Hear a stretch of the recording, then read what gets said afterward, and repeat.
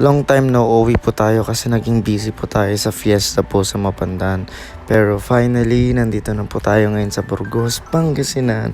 Yan guys, so nagkasabay-sabay na po kami nila Jessica, sinundo po tayo nila Ate Bel and Alfie. At dumating din po si Jelly Ann, kaya nagpares po muna tayo dito sa gilid ng kalsada.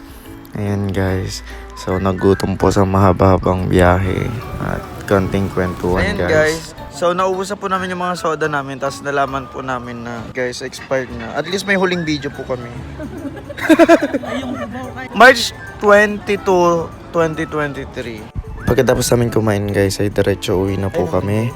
Pero ayun guys, hindi ko na po ganun na videohan pati yung pagdating sa church. Kasi, diretso na rin po kami papunta ng Dasul. Ayun guys, so, meron na pong planong pagpunta ng Dasul at tingnan niyo si Pastor Lowe. At dito po kami nag-dinner kasi mag-overnight po kami dito. Ayan guys. Pagkatapos namin kumain ay pupunta kami ng Piriyahan.